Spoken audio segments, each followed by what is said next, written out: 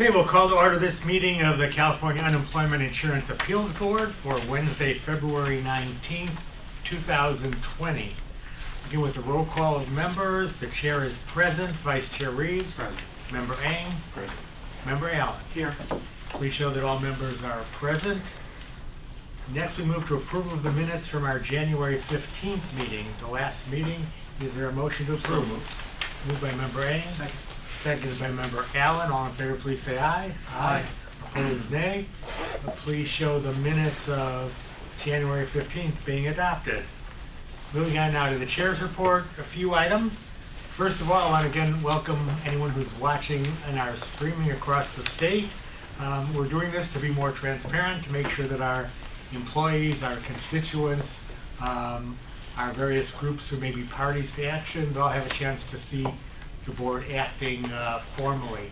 But there's very little we actually do in this formal setting. Most of the board work is done between meetings, and since our last meeting, this board has resolved 822 appeals cases and is currently working toward a deadline of March 31st by which we need to meet Department of Labor standards. And we're doing, at the appellate level, we're doing, I think, an outstanding job.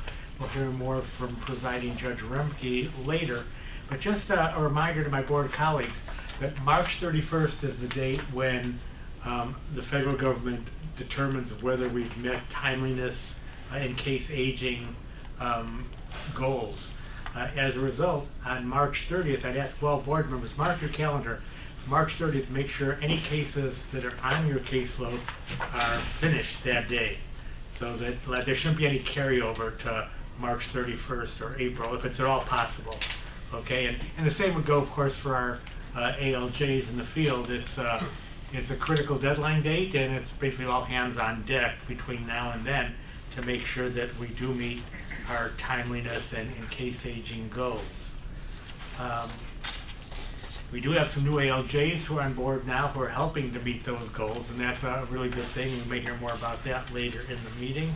If any of the new ALJs are watching, I want to welcome you to CUIAB. Also, we're hoping to have a fifth member appointed sometime soon so that we fill out our board in its entirety. Just a couple meetings I attended yesterday to report on. We had a meeting with the a few employee rights groups yesterday.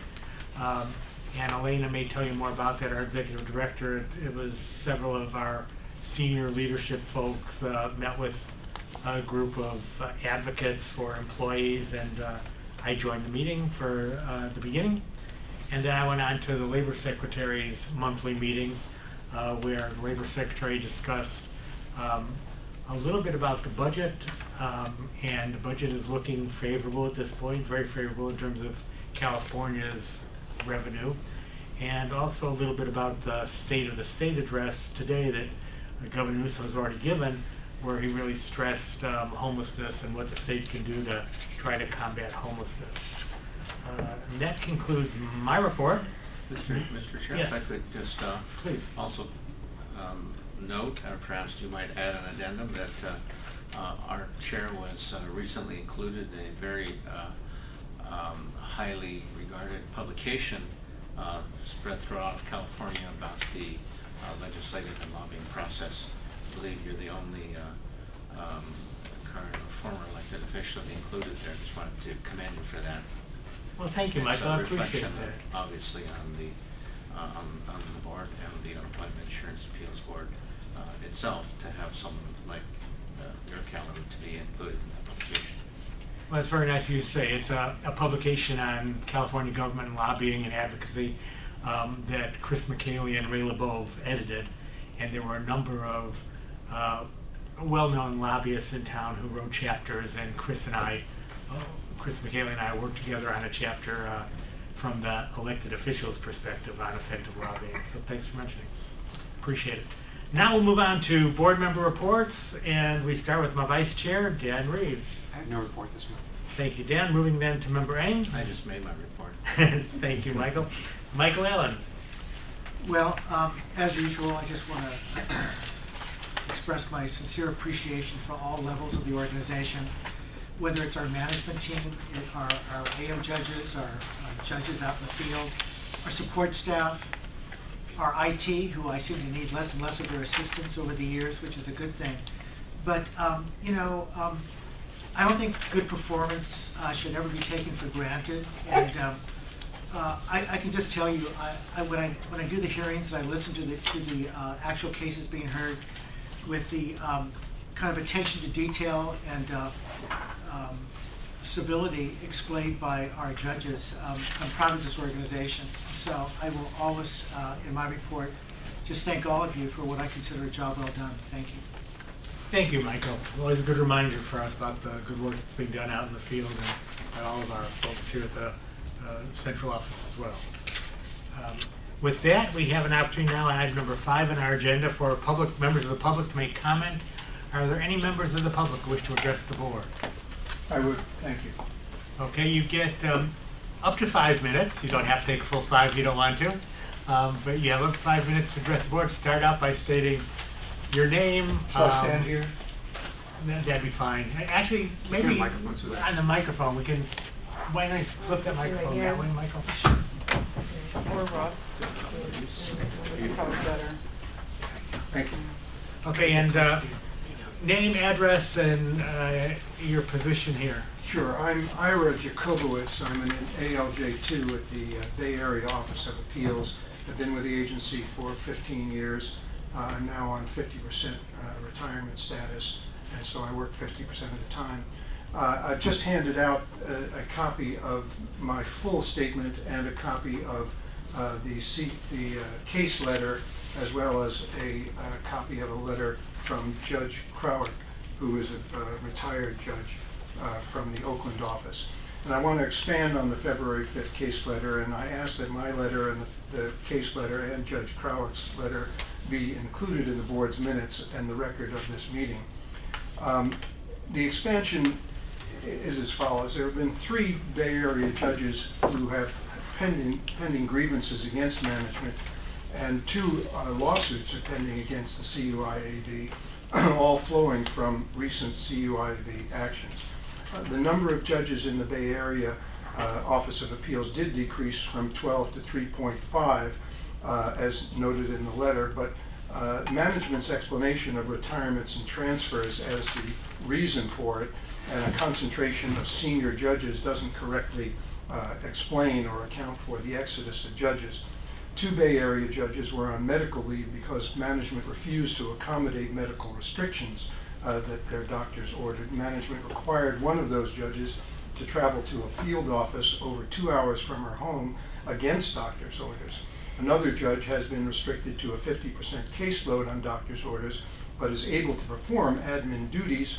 Management just notified her she'll have to take full leave rather than be permitted to work at all. I had to file a workers' compensation claim when management required me to work in hearing rooms not set up to accommodate my ergonomic needs.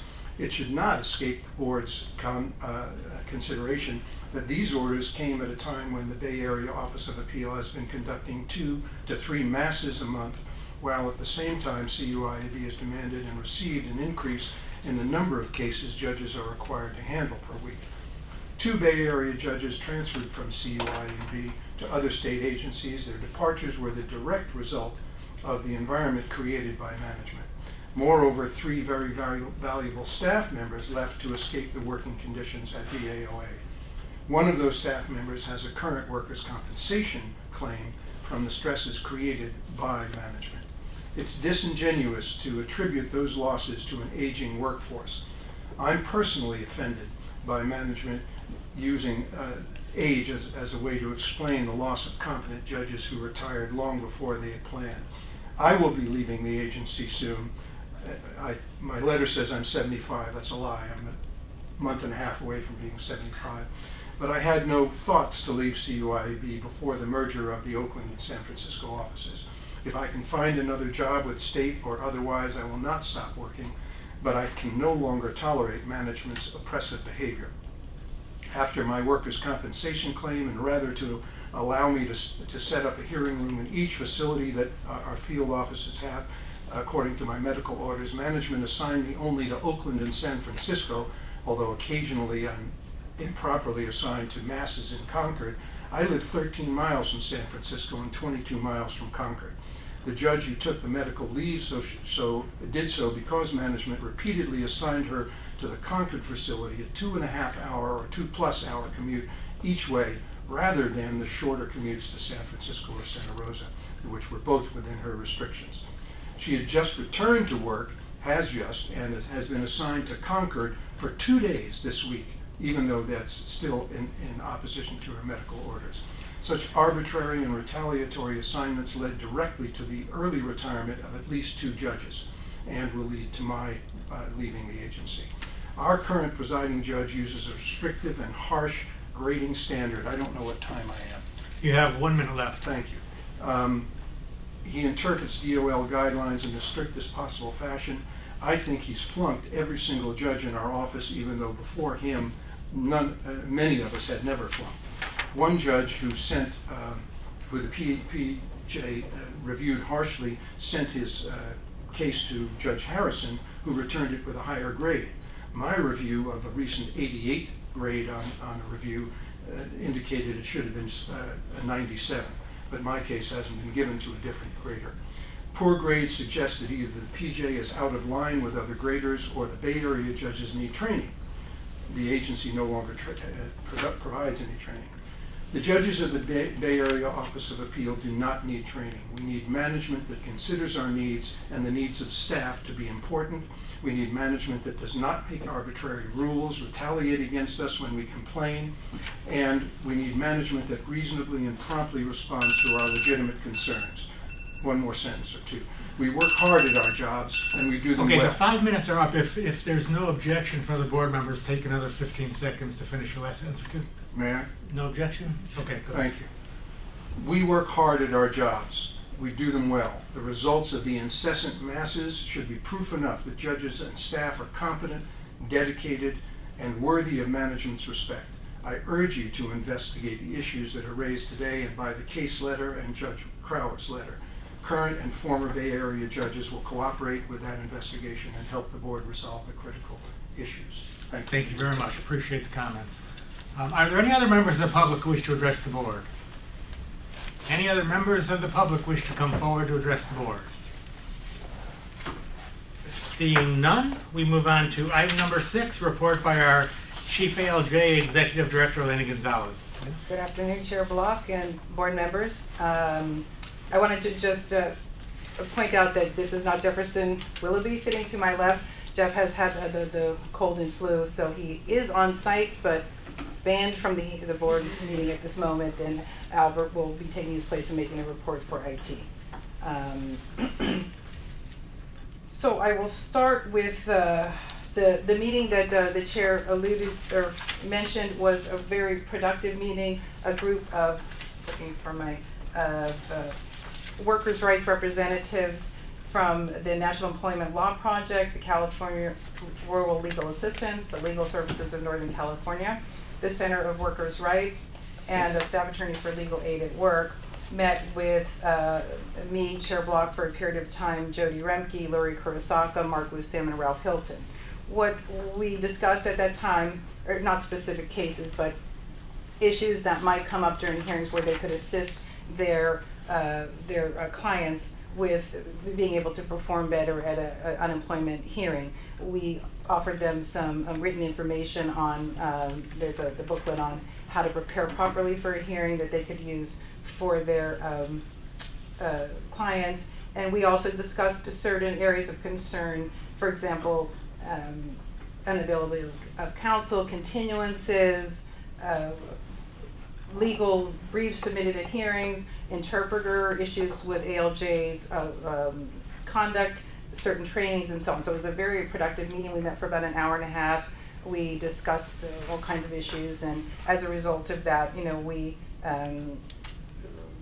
agreed that we would incorporate some of their suggestions into some emails and trainings about how, to make sure that the ALJs, again, are aware or reminded of the way they're there to handle hearings and remind them of what good cause is for postponements and so on. Of course, always being aware of the timeliness standards that we are required to meet, as a balancing test. So it was a productive and a nice meeting. And as I said at the end, the last time we met with you was 5 years ago.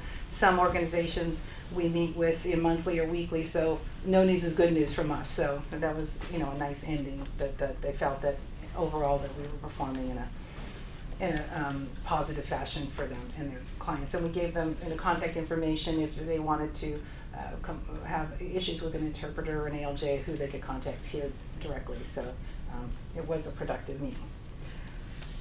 Let's see, then we will go to the statistics. Now, January was the first full month that we were able to return to a higher caseload level after reaching a temporary agreement with CASE. Well, it's almost a full month since we didn't start until January 6th. Our focus in January was on the case aging standard, and the results are reflected in the numbers that show a significant drop from an average case age of 32.3 days in December to 26.6 in January.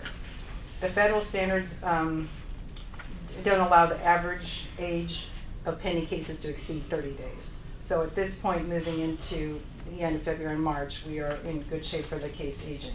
And this is an important standard, as it requires the state to emphasize the scheduling of first in, first out to ensure that your cases don't age. Now that we have the average case age under control, our next focus is to meet the 30 and 45 day timeliness standards. Our concentration on average case age in January caused our percentages to drop in January somewhat, but we have 2 months to bring those numbers under control, and that's what we hope to do. On an annualized basis, which is how DOL assesses our timeliness performance, we are still meeting the 45-day standard of 80%. We are 82.8%. But we are 2 points short of meeting the 30-day standard of 60%.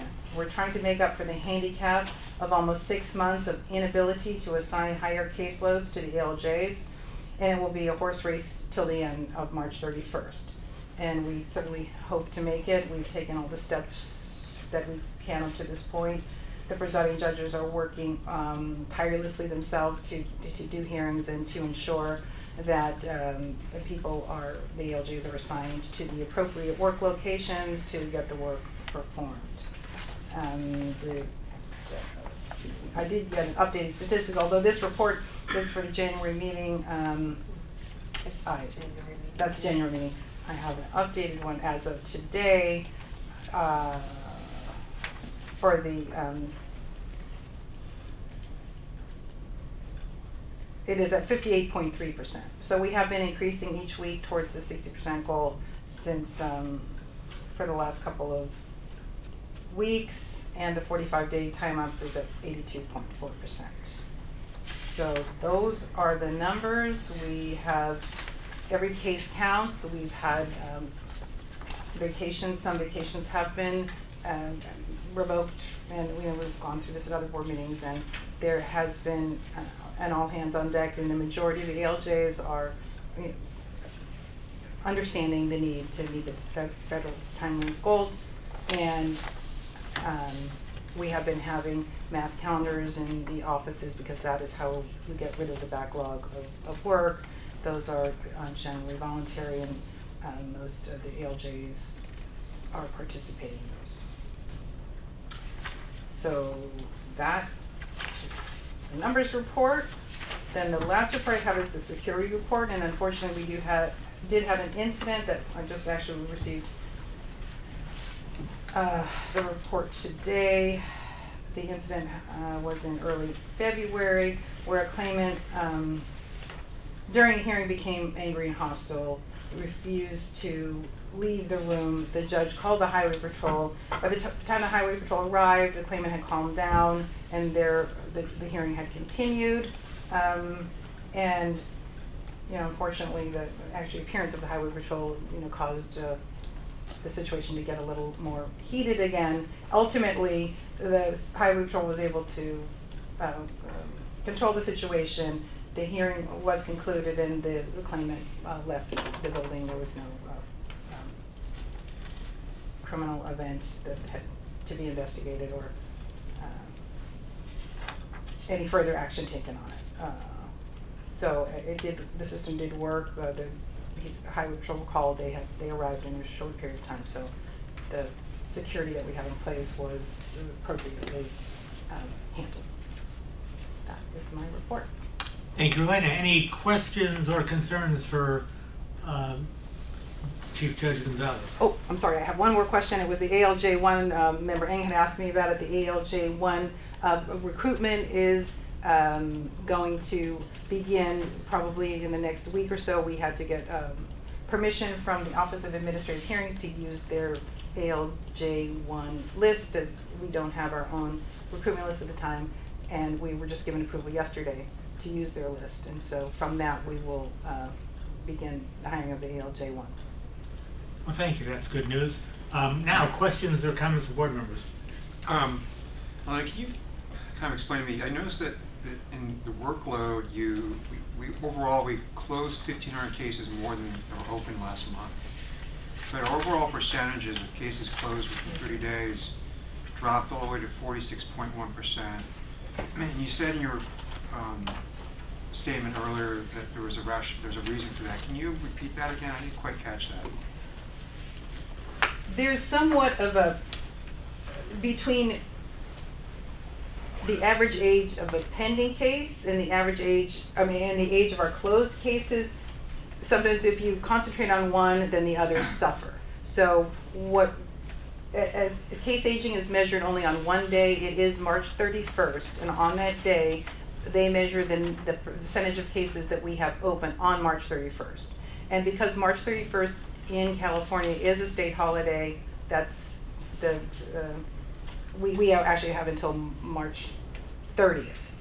Although the federal government will measure on March 31st, they will look at the average age of our cases. So if we go into March too close to that, then that cannot be rectified in March, the average case age of our open cases. So we sat and made a plan that first we moved the 45-day, the oldest cases, we got them out last month, and that's why the numbers have been fluctuating. One is getting better, one is getting better, so our goal is to get them all, at the number at the same time. So the other is an annualized number. The case aging is a one-day snapshot. Snapshot, okay.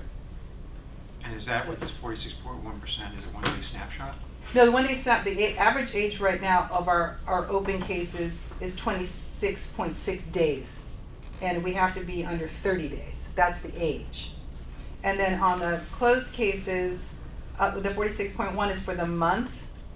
Of the 30 days, we have 46.1% closed, but the annualized number is 58, and as of this week, it's 58.3. Okay, so you're creating a hierarchy of target dates that you're trying to meet. The first one is the average days, and then the next one is DOL standard of 60%, cases closed within 30 days.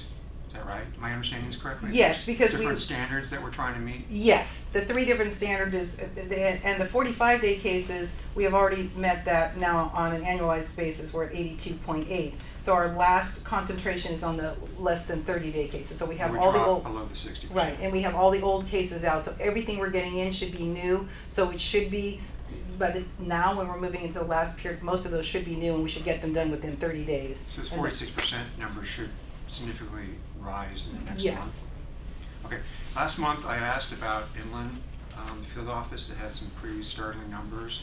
They did a good job reducing those numbers with regards to UI timeline cases and their overall cases. But I still see that they're popping out when it comes to PFL cases and DI cases. Is there some, again, what's the rationale? What's going on there? That they would have, like in DUI cases, they have 120-day time lapse versus, I think, probably the average is around 70. The same process that prioritizing certain cases over others? Is that what's going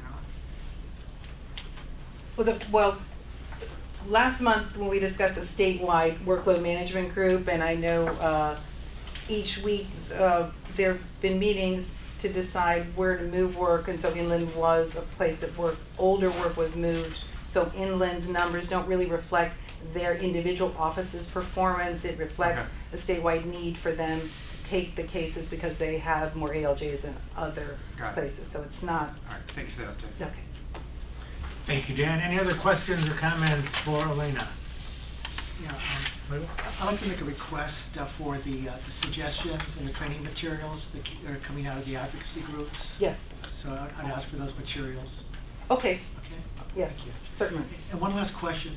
Regarding safety, just refresh my memory, like when, my understanding is from past history that sometimes when things get tense, it is during the hearings and it Correct. gets heated. So are there mechanisms in all the offices to alert that there's something going on if there's a problem? Is there some sort of signaling device or a button or a monitoring of it so that basically people have quick recourse if something goes wrong in the hearing? Yes, they all have, that's what it's called, thank you. There's a different name for it now than panic button, but I can't remember. There's a different name for it, but all of the desks underneath have a button, and that is the signal.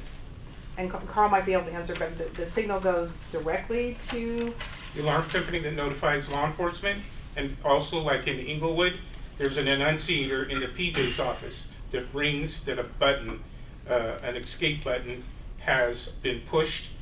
When that button is pushed, there's a slight delay. The door opens up, the ALJ can exit, and then the door locks. The button has to be reset before that door opens up. So effectively, they're in a safe and secure area, and the office is not contaminated by an exercised individual. Thank you. Thank you. Okay, thank you for your questions. Any further comments or questions for Elena? Seeing none, we move on to our presiding judge for appellate operations, Jody Remke. Good afternoon, Chair and board members. I'm going to go over the guidelines and standards as well.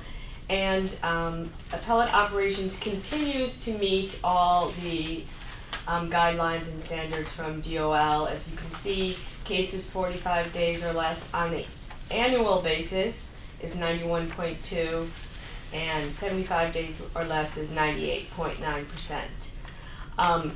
If you look at our monthly average, you can see we decreased significantly even from last month. The 45 days or less was at 94.2, and this month we're just at 56.5. That's because, as we've talked about before, currently we have 4 ALJs working at least part-time in the field to help the Sacramento field office get through their backlog and get met with time lapse as well. So we have seen the impact of that for sure, but we're confident that that's going to be okay based on our high standard going into the last few months. Case aging, again, that's the current snapshot of all open cases, as you can see, has also increased over the last several months. It's gone up a couple days a month, currently at 26.7. Again, we're fine in light of the standard at 40 days, but we're continuing to monitor that on a daily basis to see if it goes up too quickly and if we need to readjust the ALJ's assistance and where it needs to be best used. Thank you, Jody. Any questions or comments for presiding Judge Remke? Seeing none, we move on to our Jeff Willoughby substitute. Good afternoon, Chair Block and members of the board. My name is Albert Hernandez. I'm the infrastructure supervisor. As you guys know, I'm filling in for Jefferson, who's a little under the weather. So updates he passed on to me are we're finalizing our work with EDD procurement and the California Department of Technology to create a contract package for our vendor to assist us in developing the new appeal system. We should have good news to report on this at the April meeting. Our IT branch is working diligently behind the scenes from now throughout the month of March. We know you guys are busy for March, so we don't want to implement new technologies where you're trying to close some cases. Among some of those are a new ticketing system. It'll be greater functionality. It'll help us triage where it needs to go a little bit more quickly, and some self-service options. So things we get calls for, like changing your password, you'll be able to do that yourself instead of having to call the service desk. New information security and privacy training. Upgrades doubling, we're going to be doubling the network speeds at all the offices, and new antivirus and endpoint protection systems. And also, Jefferson would like me to thank the board for the IT Leadership Award he received at the California Public Sector CIO Academy on February 6th. He expressed to me his appreciation for the confidence placed in him and noted that the entire IT branch is working as a team to bring positive change for our organization. So that's all I have for you. Thank you for that report. Questions or comments? Mike? I'm not sure where to direct this question, but I think for the past couple of weeks, something has popped up called My Analytics, and I'm not sure whether it came on my board account. I'm not sure whether that was generated internally or whether it was a corporate exterior force, but it contained what I felt was sensitive information, linking all of my emails, response times from entities that were named, and I just wanted to know, is that something that we approved? And I did raise an internal question. It just said you can unsubscribe, but I wanted to know whether this is something that should be perhaps a policy issue as to why we were targeted, and whether we gave our permission to have all of our contacts within the department monitored and compiled into data. And the question also is, where is that data going and how's it being used? I mean, this isn't a question. Sure. Mr. Chair, this is a question I wanted to raise generally, but we Yeah, have it's to a very be- good question, one that have to we be may. on tech. Yeah, and if you're prepared to answer, please do. If you want to wait for Jefferson to give the. We can get more details. I do know that the My Analytics is a Microsoft, it's a way to increase your individual performance, kind of like your recent documents if you were in Excel. So it's something just for you and your analytics, and it tells you how much time you've spent using the Microsoft package of these are the people you've emailed. So it doesn't go out to everybody. It's just letting you know how you've used it throughout the time period that you want to set. So you can unsubscribe to it, but you raise good questions on, is that data being recorded somewhere and where is it going? And but it's just a Microsoft tool that they're My that they've added concern to. is that, number one, did the agency ever approve it? Number two, how do we know where the data is being circulated to? Number three, the analytics that I have specifically point to people within the department that I've had contact with by email. And I want to know, is that something that we approved of? Is it something that we encourage? Is it something that's helpful to us? Or is it something that,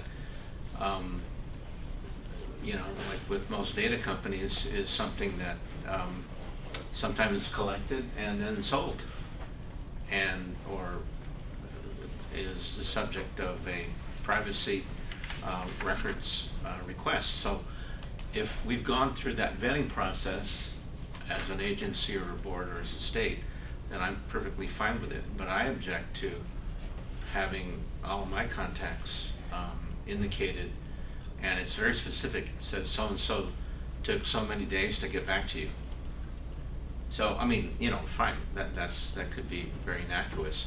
But if that kind of data is then, you know, put into some database and it says that, you know, this agency took, you know, 400 days for people to get back to each other, I'm just kind of making it up. I'm just saying that that's something that I would be concerned of. And thank you for raising those questions, Mike, because we did not, to my knowledge, ever approve those. Is anyone else getting my analytics? Yeah, I get it too. I'm sure we all get it. Okay. Elena, or does anyone have any further information on that? No, I understood it to be, as Alberto stated, as a useful tool for each person to use if they were interested in using it to track their own communications. But you're right, just like anything, remembering that what is that used for? So we'll talk to Jefferson after the meeting and talk about, is it a way we can disable it, is it helpful, or how we should handle this to get the information on what where the information is contained and how long they keep it and where it goes and so on. Yeah, I'm We'll do some unsubscribing until we. Yes. I mean, if we feel that it's helpful to everybody, I'll resubscribe to it. All right, thank you. Yeah, but even if you unsubscribe, they're still watching you. Everything's I'm recorded. going to use my VPN. Those are really good questions. I appreciate you bringing that up. And we'll hear more, hopefully, next month at our meeting about just the answers to the question you've asked. Any other questions or comments regarding IT? Seeing none, we move on to our report from our Chief Administrative Officer, Rob Silva. Rob? Good afternoon, Chair Block and board members. I'll start with the overtime report. Um, During the last board meeting, we had overtime figures only through November. And at that time, we had worked 100 overtime hours in November, and that was 3 times the previous monthly average. This month's report has an additional 2 months worth of data. And the overtime usage for the months of December 19 and January 2020 were more than double that of the already high November, averaging over 225 hours per month. As with the month of November 2019, almost 90% of that overtime was dedicated to decision typing and field operations. Even with this surge in overtime during the holiday months, and you can tell from the middle of the form, our annual expenditures are currently tracking with the fiscal allocation. At the bottom of the document under lump sum, I had mentioned during the last board meeting that there would be a significant amount of lump sum or retirement attrition happening in the month of December to report this month. And there were 7 employees that separated in December and 1 in January. In addition, there were 3 ALJs that had retired in the month of October before the bargaining unit 2 backdated general salary increase for the current fiscal year was issued. So they were entitled to an augmentation to their previously issued lump sum payments. So collectively, through the attrition and that augmentation, there was a 2-month lump sum expenditure of $57,500. Because that was much lower than the preceding months, we're now in the position of basically spending 58% of our allocation through 58% of the fiscal year, so that looks good as well. General budget report, I wanted to report that it appears that the Employment Development Department's Fiscal Programs Division is getting closer to resolving their issues with their interaction and connectivity to the state's FisCal system. After the implementation of the FisCal system, we're used to waiting 16 to 20 weeks to get a month-end expenditure report.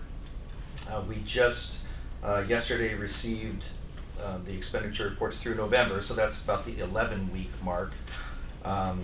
So we're hoping that it gets closer to the 6-week mark, which is what we were experiencing prior to the implementation of FisCal, so that we can work with more current data in tracking our expenditures. The November reporting we did receive, it shows that we're spending well within our budget with regard to both salaries and operating expenses. In preparation for state fiscal year 2021, budget call letters were sent to all CUIAB branches the day after the last board meeting for them to request positions, equipment, and contracts for next fiscal year. Field operations cost centers had a deadline of February 10th to submit their requests, and the requests for executive, appellate, information technology, and admin are due today. Tell Jefferson they're due today. After they've all been received, we'll consolidate the requests to begin the process of forming next fiscal year's allocations. The expenditure reporting that we received through November that I mentioned shows us underspending in operating expenses. So after consolidation and approval of the items in the call letter request, we may be able to move some of the smaller ticket items forward and purchase them this fiscal year prior to the fiscal purchase cutoff, which is April 22nd. One small ticket item we've already moved forward with is an augmentation of the office supply budget for each branch of CUIAB. With the implementation of FisCal at the beginning of a fiscal year, there's typically a 30 to 40 day waiting period where we essentially can't purchase anything. We're in this holding pattern. So the intention behind this supply augmentation is to, so that offices can sort of pre-purchase office supplies and guarantee they have what they need as we begin the 2020-21 fiscal year with that purchasing halt. I have some facility usage updates. We've been, as the board's aware, for almost 2 years now, we had a space utilization agreement with the Agricultural Labor Relations Board in our Oxnard Office of Appeals. They have 2 attorneys and 2 staff there. They recently reached out to us to add an additional attorney to that space, and it just so happens that one of the ALJs retired from Oxnard during that period, and where his office was right in the middle of this ALRB space. So we're going to accommodate the request and allow another attorney to move into the space, and we're working on an amendment to the existing agreement since they're now taking over more space in our Oxnard office. Even with this amendment, there's still plenty of growth room for CUIAB Oxnard staff and ALJs in the event that that needs to happen. Also last week, we requested to re-up our agreement with the Alcoholic Beverage Control in our San Diego Office of Appeals. They use a couple of hearing rooms there. That's a per-use agreement, and we only bill the ABC when they actually use the hearing room space. And also, Labor Agency walked some of our space in our Los Angeles Office of Appeals last week.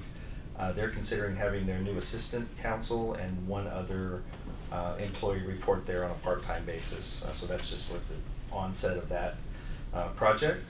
And as Chief Gonzalez mentioned, we're going to move forward soon with the recruitment for Administrative Law Judge 1.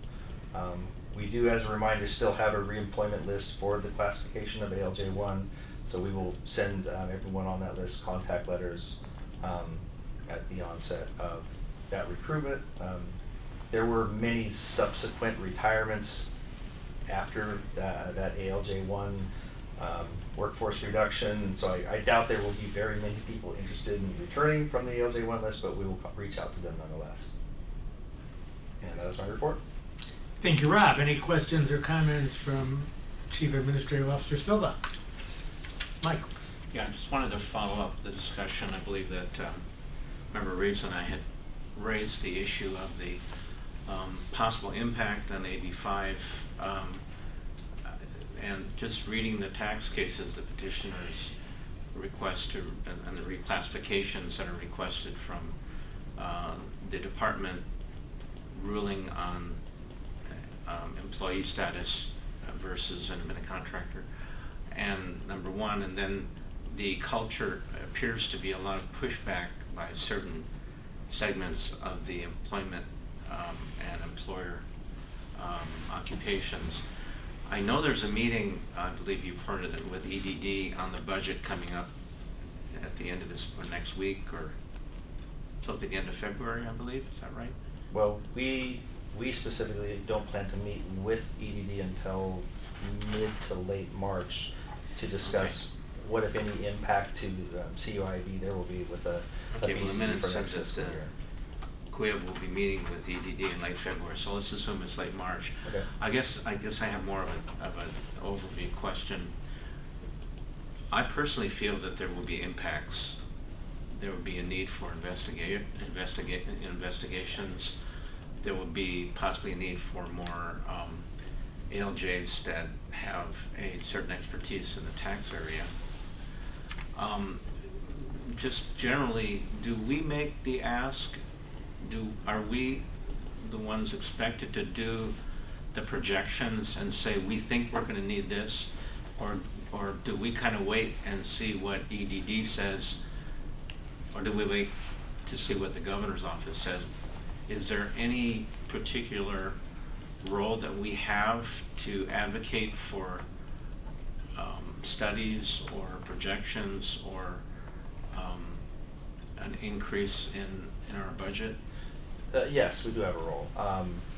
What has historically happened is that the Employment Development Department's Programs Estimate Group is the first to reach out to us with projections, be it tax cases, UI, DI, and they give us a period of time to internally study what they've put together, and then whether we're pushing back for change or whatever, they've, in the last several years, been very receptive to our input during that phase.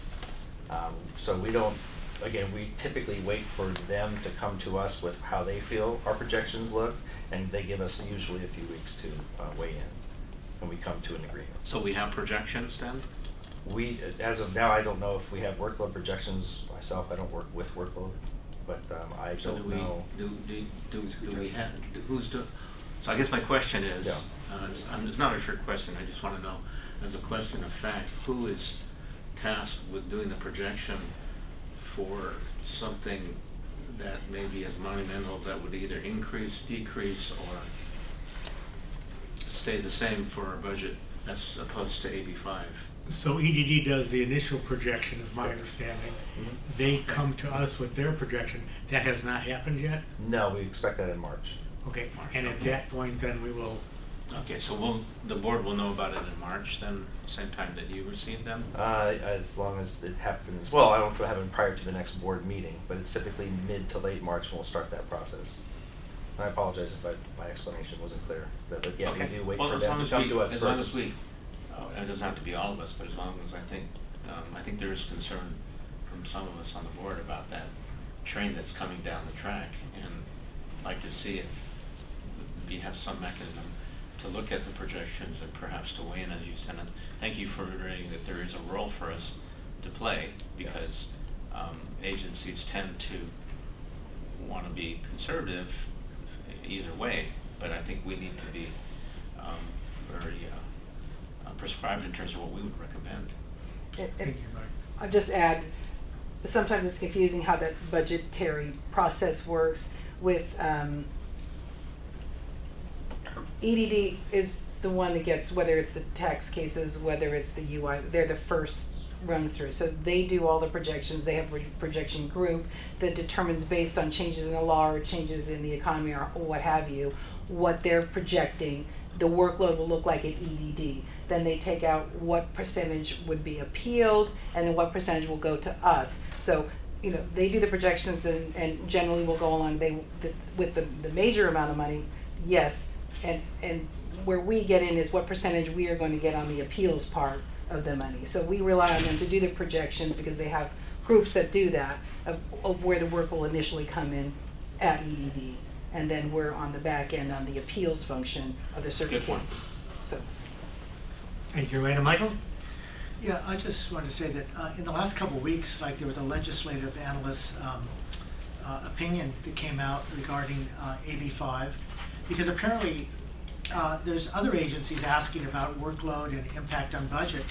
What the LAO was saying is that essentially, I'll summarize basically what they said they said it with a lot of words. I'll try to keep it short. They kind of recommended a go slow approach because of the great amount of litigation that is being put around this particular issue in terms of implementation. And then also mentioning that there's going to be probably another new batch of exemptions coming up in the legislature this year. So at least what they told generally to the legislators was it's kind of a go slow approach. So I wanted to add that in case they hadn't seen that advisory. And some ballot measures too. Yes, yes. Yeah, makes sense, Michael. Thank you. Anything else for Rob Silva? Seeing none, today we have both an action item in open session and then a closed session agenda item. So we'll move now to item 10 on our agenda, which is the action item. And for the action item, I turn over to Mark Husam. Mark? Thank you, Chair Block, members of the board. As you see in your agenda, we have a proposed action item for the board to address its precedent benefit decision PB 505, the matter of Alicia Brady and Ontario Montclair School District. As background, the board will recall that this precedent decision involves the interpretation of Unemployment Insurance Code 1253.3, which makes certain employees ineligible for unemployment insurance benefits during the period between two academic terms where the employee has performed work in the first part of the academic term and has received reasonable assurance of performing work in the second academic term. The board, since this mandatory federally required provision denying benefits for these educational employees came into federal law and state law since the 1970s, the board as well as other states have struggled with what is the precise meaning of the period between academic terms. In Precedent Decision 505, the board defined what it understood the legislature to require in this denial of benefits. In the decision, the board determined that the period in between these two academic terms was intended to mean a break or vacation, a recess, in which essentially there's no instructional programs being offered. In this particular matter, the board awarded this substitute teacher, Alicia Brady, benefits during this summer school period in which she was able to work but was not called to work. This decision, the board designated precedential in December of 2013. While that decision was designated precedential, there was another matter in which the board had been wrestling with this issue of the definition of the period in between academic terms. And that's the matter of United Educators versus California Unemployment Insurance Appeals Board. That matter involved 26 educational employees that had filed for unemployment insurance benefits regarding a summer session in 2011. That matter was litigated through those employees first filed claims with the EDD, who denied benefits, went to an administrative law judge that awarded some benefits, went to the board, which also awarded benefits. That decision was challenged in a writ to Superior Court that reversed the board. That was subsequently appealed to the Court of Appeal that upheld the Superior Court's reversal of the board's award. And ultimately this went to the California Supreme Court that issued its decision in the matter in January of this year. The decision was issued in January 16th and has now become final. In the decision, the California Supreme Court recognized the federal and state legislative history of this provision of the Unemployment Insurance Code and determined that what the intent of this section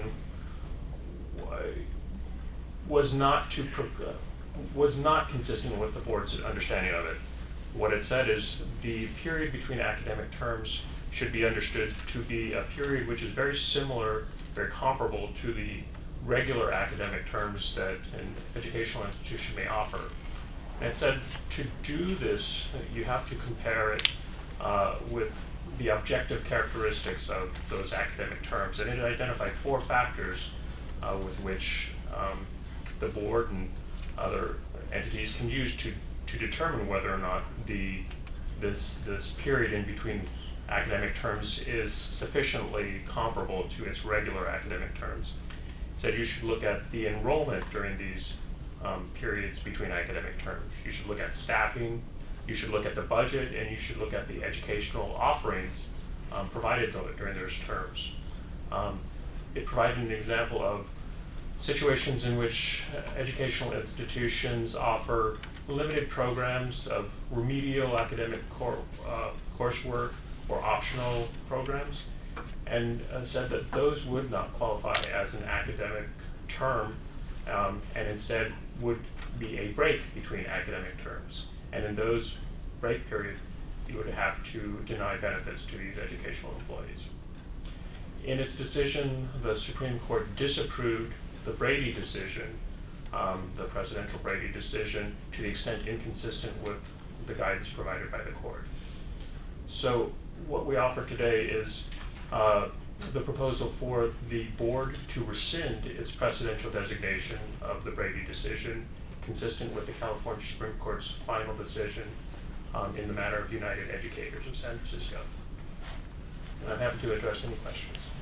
Okay, any questions for Chief Counsel Wilson? Mike? I just have a quick question. Thank you for the presentation. What is the legal effect of not rescinding the Brady decision? Wouldn't the Supreme Court be the citation of legal precedents anyway? Thank you, ma'am. I believe that's correct.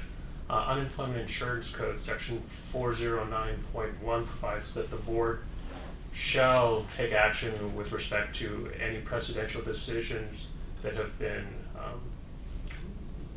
overruled essentially by a higher authority. So the board would be acting in concert with its obligations under Unemployment Insurance Code 409.1. Yeah, my understanding is we really have no option here. If we don't act, we're incurring liability and exposure for the entity. If I could just ask a quick follow-up. Was there anything, and I've read the decision, the Supreme Court decision, but just for my own iteration, is there anything that we decided in Brady that was left standing? Or was it a complete reversal of every point in our precedent decision? Thank you, Member Reed. I would say that the Supreme Court expressed its disapproval to the extent that the decision was inconsistent with it. And the factors that, the primary holding in Brady from the board's precedent was that this period, this summer session, was an academic term, essentially was an academic term which did not preclude benefits. The Supreme Court's decision sort of splits the baby among the various parties in the case and gives you factors in which you can define it, this summer session, to be an academic term in which benefits would not be denied. But the factors that it uses are very different than what the board described, and the analysis of the intent of that section is very different. So are you requesting action of the board for a complete reversal of Brady, or would the terminology be more correctly to reverse only where inconsistent with the January Supreme Court decision? The proposal would be to remove the precedential designation. So to In the its extent, totality then? yeah, so to the extent that there's any elements of which occurred in Brady which are salient for the analysis of the EDD and the ALJs and the board in later cases, the board could examine them at that time but not be bound by what it believes to be the holding in Brady. Thank you. So we're not really going to vote to reverse here, we're just voting to remove the precedential tag that's on.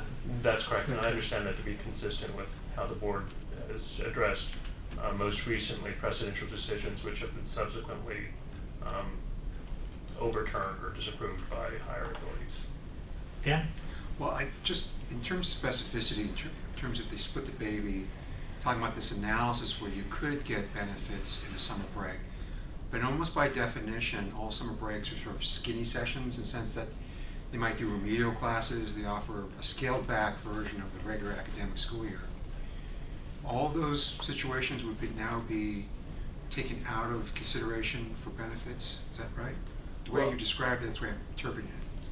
Yes, thank you, members. I think that's one of the examples that the California Supreme Court used as a situation in which benefits would be denied, but of course in the board's work every case is fact specific, and so to the extent that that skinny session is comparable in the objective criteria as the court outlined, then the board would have to analyze whether or not it met or didn't meet that criteria. I will say one of the themes in the court's opinion is that it looks at in the existence of potentially year-round school as something which might meet its criteria.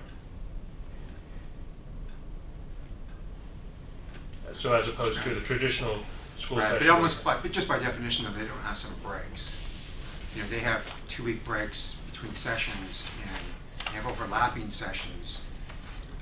Different kids are in different tracks, and therefore that's what they're mean by year-round, because they actually perform year-round, except for maybe a spring break here or a Christmas break or a holiday break at the end of the year. So there is no sort of traditional summer break in year-round format. But I look forward to learning more about the precedent and how we apply it. Okay, so there'll be a motion before us. The chair will entertain a motion to remove the precedential tag. What's the best word? Designation. Presidential designation from the Brady case in accordance with the state Supreme Court's decision. Is anyone willing to make such a motion? And I will make the motion. Okay, made by Member Reeves. Second. Seconded by Member Allen. We'll do a roll call vote. The chair votes aye. Vice Chair Reeves. Aye. Member Eng. Aye. Member Allen. Aye. Please show that precedential designation being removed by unanimous vote. Is there any other open session business for us today? Hearing nothing, we will move now to closed session.